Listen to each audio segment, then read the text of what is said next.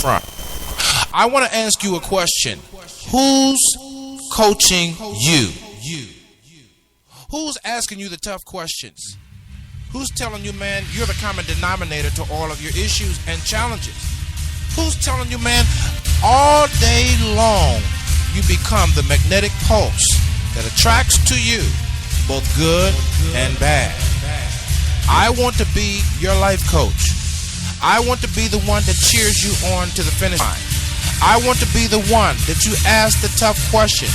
And it doesn't mean that I have all the answers, but that means that you have a partner, someone who believes in you, not the you see right now, but the you can't imagine, the you that you are to become, the you were destined to be. I always say we both need the positive and the negative. It's not enough to have the knowledge of the matter, but we must have the wisdom as well. For wisdom settles it. And that's what I want to offer you as you join me on the Coach's Corner. I want to offer you the wisdom of the matter. Maybe it might be relationships, talking about our campaigns for more, for life, the dark room of our subconscious, our spiritual journey. Whatever it is, I want to be there to encourage you, to build you, to challenge you, to cheer you on to the finish line. I'm qualified to do this. Why? Because I'm you. I want to ask you a question. Who's coaching you? Who's asking you the tough questions? Who's telling you, man, you're the common denominator to all of your issues and challenges? Who's telling you, man, all day long you become the magnetic pulse that attracts to you both good and bad? I want to be your life coach. I want to be the one that cheers you on to the finish line. I want to be the one that you ask the tough questions. And it doesn't mean that I have all the answers, but that means that you have a partner, someone who believes in you, not the you see right now, but the you can't imagine, the you that you are to become, the you were destined to be. I always say we both need the positive and the negative. It's not enough to have the knowledge of the matter, but we must have the wisdom as well. For wisdom settles it. And that's what I want to offer you as you join me on the Coach's Corner. I want to offer you the wisdom of the matter. Maybe it might be relationships, talking about our campaigns for more, for life, the dark room of our subconscious, our spiritual journey. Whatever it is, I want to be there to encourage you, to build you, to challenge you, to cheer you on to the finish line. I'm qualified to do this. Why? Because I'm you. That's right. Welcome to another edition of the Coach's Corner, where we share a word that you can live. And my name is Marcus Salette. Assuredly, as I approach the microphone, I have some issues. And I do admit them up front. But I bring to the table the wisdoms of life, and I trust that I could earn the right to speak into your life. And so I want to say welcome aboard to all of those of you that are listening all over the world. It is truly a privilege to talk to you and to encourage you from day to day. I would be remiss if I did not give a shout out to all of my followers, as few as we have. But no, seriously, thank you so much for following us and believing in our cause all over the various platforms where we air. Today we're going to talk about give me faith-filled focus, and don't add no chaser to it. Just give it to me straight up. I don't need no salt around the rim. I don't need nothing but some faith-filled focus so that I can get, DJ, let's get right to it, okay? You don't even have to wait. I want to be able to get right to it. You see what I'm saying? Because let me break a couple of things down to you. First of all, I'm the coach. Trust that I can earn the right to speak into your life. But let me break a couple of things down to you real fast. I have found out and discovered that the authenticity of who you are always comes through. I mean, it takes a while. It's not like when you're out there playing games, you know what I'm saying? You get the immediate results. You know, you get the immediate results when you're playing games, but the results don't last. And that's the problem with that. When you play games, when you take a shortcut, you get cut short, and that's the game that you play. And you get the immediate, we can impress everybody right then and there, but then all of a sudden, you know, the bottom drops out.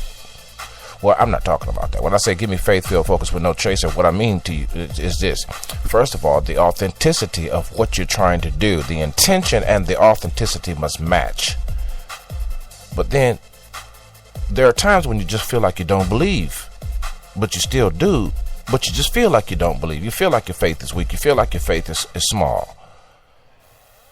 And you still got faith. You know why? Because when you take a new strategy, when you shift to a new tactic, when you all of a sudden rise up out of the freaking dust because your enemy thought you were down, and you go round for round and pound for pound, and I'm telling you, faith-filled focus, I don't want no chaser. I want it straight up. And look, I want to double on that joker. I want to double on it. Yeah. Faith when I'm feeling it, with some faith focus. Faith when I'm not feeling it. I want to double with no chaser. Yeah, y'all know what I'm talking about, right? You see what I'm saying? But the funniest part is, why do I want faith-filled focus? Because you're going to have to weed something out. I kind of think that we got a lot of stuff left over from our game days. Now, I mean, everybody didn't play the games like players played, but some of y'all playing games with yourself. For instance, working and grinding is great, but you have to have time for other things. If you do not make time for other things and other people in your working, your work would not evolve. Your work would not evolve. You're going to miss the blessing while you're saying you're striving for it. So you have to, and then sometimes even then you still feel like, oh man, I don't even know, you know. See, the faith-filled focus with no chaser is faith taking over the cup. Take a small break, we'll be right back.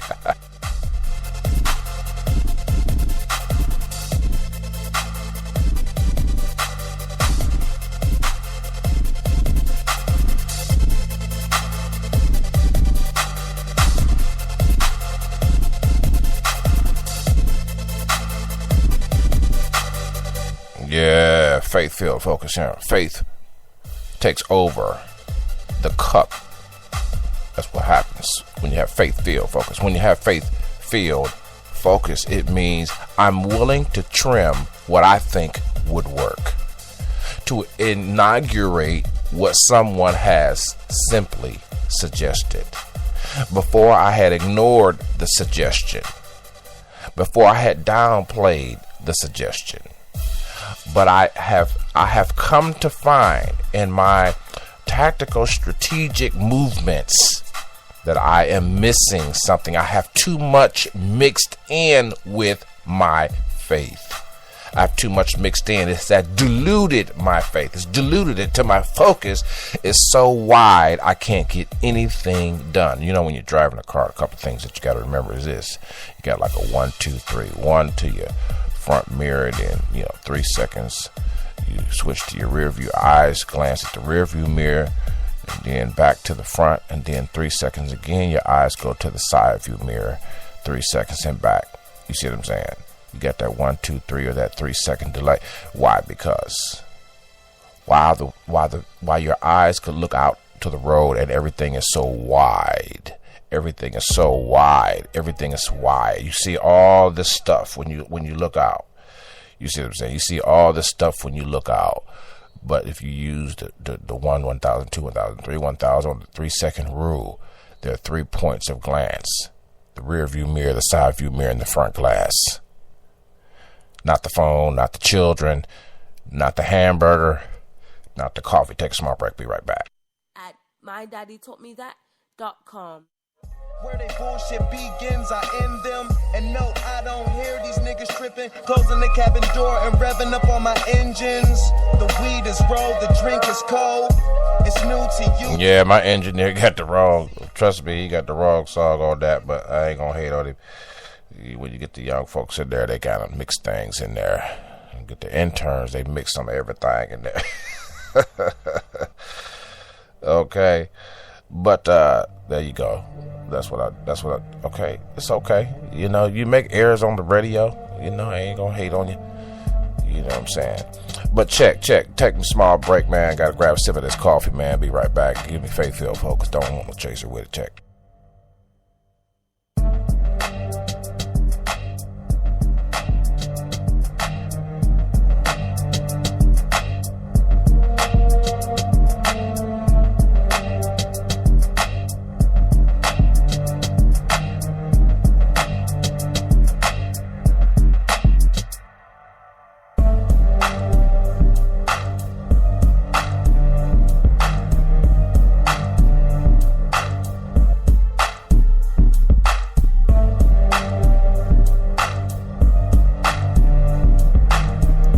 Yeah, man, faith-filled focus. I mean, I need the faith to take over the cup.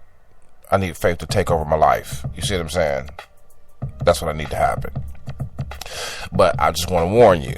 There's going to be times when you think you don't believe when you do. I'll say that again. There's going to be times when you think you don't believe, but you do.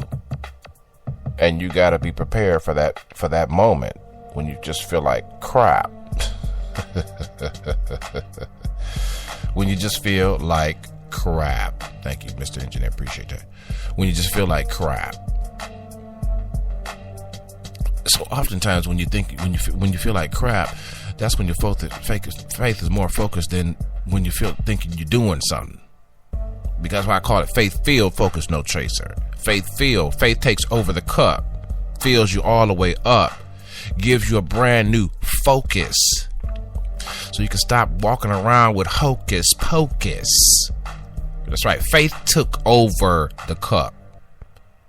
And faith is what's filling you up. And then with the focus, what happens is you start trimming back the fat. Because the fat is not what matters.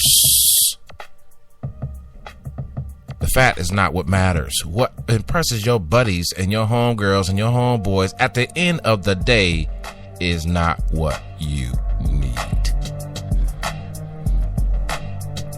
At the end of the day, what you need has nothing to do with impressing your friends. Now, we want that, but that's not the focus, and that's the problem, is that we focused on the wrong thing. I want to impress my girls. I want to show them. And every now and then, there will be a time or two, or more often than not, there will be opportunities where you can let your enemies know what up, okay? But at this moment and this time, just give me my faith-filled focus. I don't want no chaser. Give me a double. Now, here's the problem. See, a lot of people say they have faith. And the problem with it is they base it on how well they prayed, how much they feel it because of the praise service, their regularity of attendance to church. But let me tell you something. The seed of faith doesn't need the pretentiousness of a religious lifestyle to grow. It just simply needs an individual willing to know the one in whom his faith is placed. You feel me? The seed of faith. The seed of faith doesn't need any chaser. And when you put that seed to work, and you don't have no chase, you don't have no, don't mix a whole bunch of stuff with, don't mix a whole lot of folks with it. Be cool with who you need to be cool with, and do what you got to do. But the less you say, sometimes the better. The less you say at this point, and at this point in the strategy, the less you say, the better. The less you say, the better. Because the ones you thought was with you now turn against you, and the ones you thought could never help you now become the biggest blessings and blessers of your cause and of your stratagem. So we got to talk, and that's why I like faith-filled focus. Faith take over the cup, fills me up so that I can have the focus that I need. The focus that I need right here and right now. The focus I might have needed 10 years ago, 5 years ago, 2 years ago, 2 months ago, 2 weeks ago is different from the focus that I need right now. And one of the focuses that I'm finding, stop mixing everything with your faith that don't belong. Only mix the things with your faith that cause your faith to be filled or cause your cup to overflow. But if it don't make faith stronger, you got to get rid of it. You need strong faith. You need a double with no chaser here. You don't need pretentiousness mixed with your faith. Old strategies from what somebody told you 3 weeks ago or 3 months or 3 years ago, 3 decades ago. Still trying to take the advice of people you highly respect, but they're not around when everything goes wrong in your life. But you still trying to hold together and impress them because they like people that got master's degrees. I know people right now, they celebrate more when you get a degree from college than if you live in your life right. They have more. I don't know what happened, but there's something.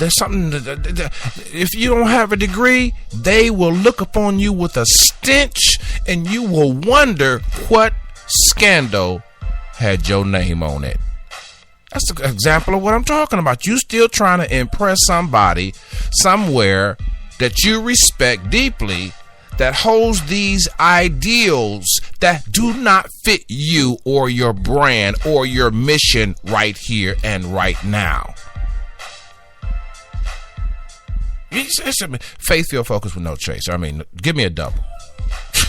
Just telling you right now. You'll be feeling like you don't believe in, but you'll be believing and receiving, all because you let go of the past and you let go of trying to impress somebody else, and you let go of trying to include somebody. That's another thing. Impress and inclusion. That's integration. Impression, inclusion, and integration. Didn't even have that in my mind and my notes. It just came to me quick like that because I'm the coach like that. Impression, stop trying to do it. Inclusion, stop trying to bring them. You see what I'm saying? And integration, stop trying to mix with folk that don't see what you saying and can't get what you talking about. Yeah, DJ, you on it now. You see what I'm saying? Bring it on back down. You see what I'm saying? What you doing?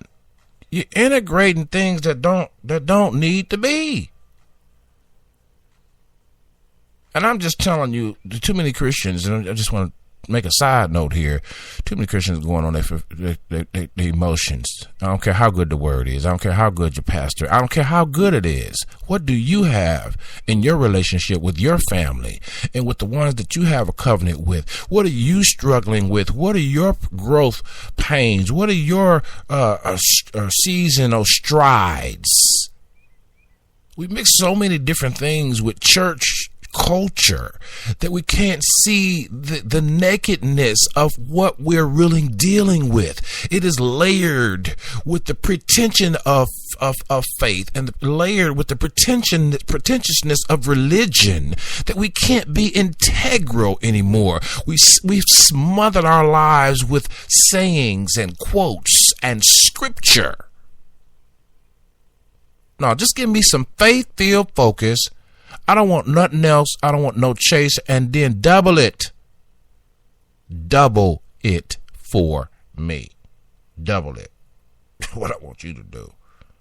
Okay? Double it. Because you know what?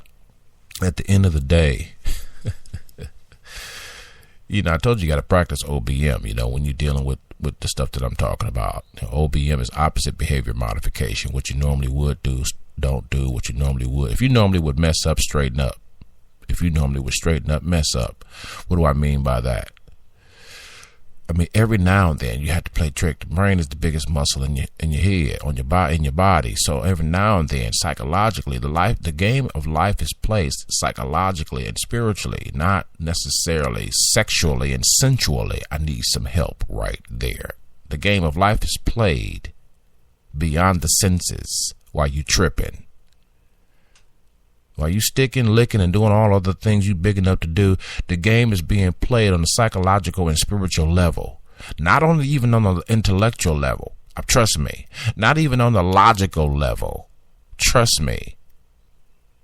Those may be included, but they are not the mainstays of where the game is played. So while you trying to get some, you getting played because your focus doesn't have any faith. Let alone your faith being filled with focus. And you got a lot of stuff mixed in with your stuff. And you wonder why you can't get results. And listen, one of the things that I have learned to come to appreciate is the fact that small progress are indicators that what you did last worked. Let me say it again. Small progress. See, we want everything big. I want this. I want a big house. I want a big mansion. I want a big, big record deal. I want a big, but small progress are indicators that perhaps the last move you made on the chessboard of life was the right thought strategy. And how do you know it? Is because that last small move that didn't have no chaser, it was simply filled with faith and moments of focus, brought some of the biggest results, though they in of themselves have not fully manifest. But you could see the authenticity of possible opportunity blossoming from the small manifestation that has occurred within the last 48 hours. Which those things that have occurred within the last 48 hours outweigh all of the talk that your friends been talking for the last 3 months, 3 years. And all of the so-called networking that you done did for the last 24 months. Let me tell you something. I want to ask you a question. Is your networking in your networking? You got a lot of people networking, but see, I did a show one time called The Spirit of the Transaction. If the spirit of the networker has not been authenticated, then your net would not work in your networking. I need to get the birds or at the studio window chirping and they saying, "Tell them, coach." I give you some music, DJ. Yes, sir. Yes, sir. Yes, sir. Yes, sir. Yes, sir. You know what I'm saying? What are you mixing with your faith, man? Because your focus is off right now. Your focus is off right now. What are you mixing with your faith? Take a small break. Be right back.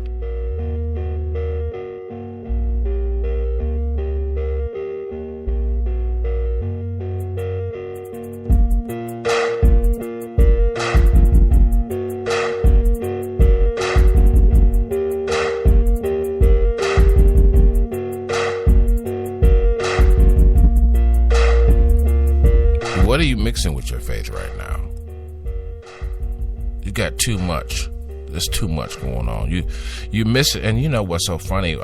Something had happened to me not too long ago, and I had sent a client a bill, and I was sitting in my office. It was kind of quiet and everything, and I just, 3 times it happened to me. So this third time regarding this client, I had this bad feeling.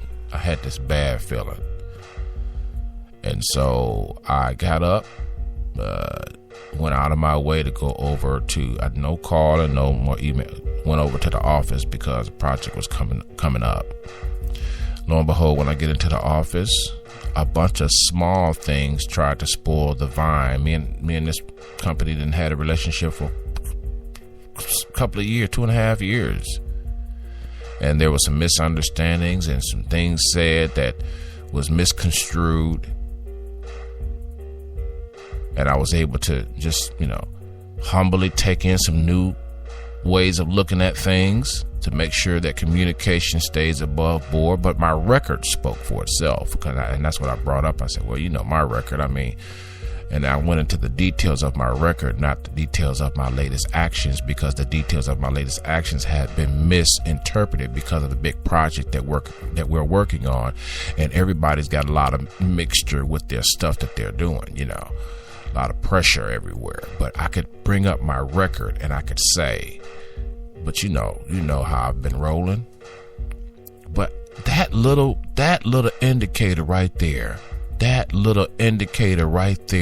where I got up, something in my gut, something in my faith-filled focus with no mixer, no chaser, nothing around the rim, double it up, told me to get up and take this invoice over to this company by hand. And I was glad I did. And in the midst of the conversation, the invoice was accepted, the quote was accepted.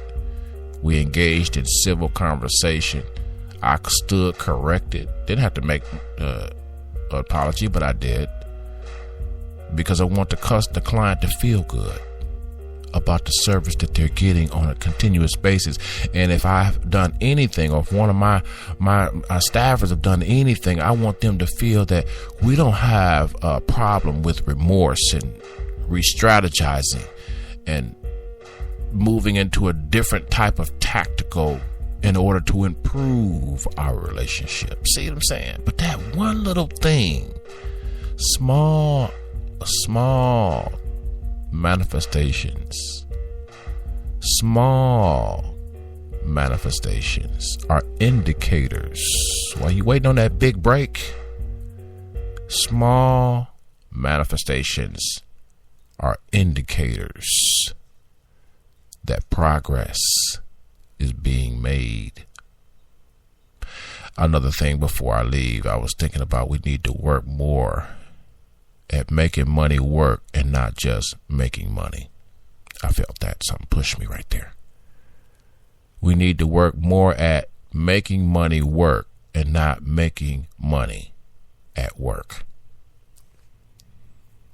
What's going to happen is the things that you need are going to come directly to your doorstep. And see, that's where we got the chaser. We got the chaser in there.